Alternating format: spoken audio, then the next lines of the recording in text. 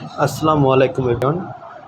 আজ গাছ থেকে কিছু আম পাড়া হলো, তো সেগুলোকে নিয়ে আসলাম বুয়েটে পরীক্ষা করার জন্য যে এই আমগুলোর ভিতরে আসলে কোনো ধরনের কোনো ফরমালিন ইউজ করা হয়েছে কি না। সেই পরীক্ষা নিরীক্ষা চলছে। দেখেন এখানে পরীক্ষা নিরীক্ষা করার দুইটা টিম কাজ করছে একসাথে।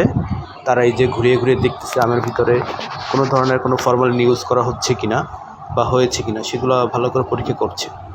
তো তারপরে আসলে তারা ফাইনাল রিপোর্ট করবে যে আসলে এগুলা খাওয়ার উপযোগী কিনা। এই যে দেখতেছে তারা আসলে খাওয়া যাবে কিনা, সেগুলো বারবার ঘুরিয়ে ফিরিয়ে তারা পরীক্ষা নিরীক্ষা চালাচ্ছে। অবশ্য তারা যতক্ষণে ফাইনাল রিপোর্ট না দেবে ততক্ষণে আসলে আমগুলো কেউ খেতে পারবে না।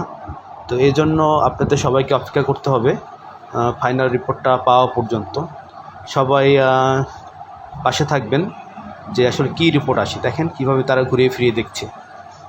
মাশাআল্লাহ, অনেক সুন্দর হয়েছে অবশ্য বলতে হবে।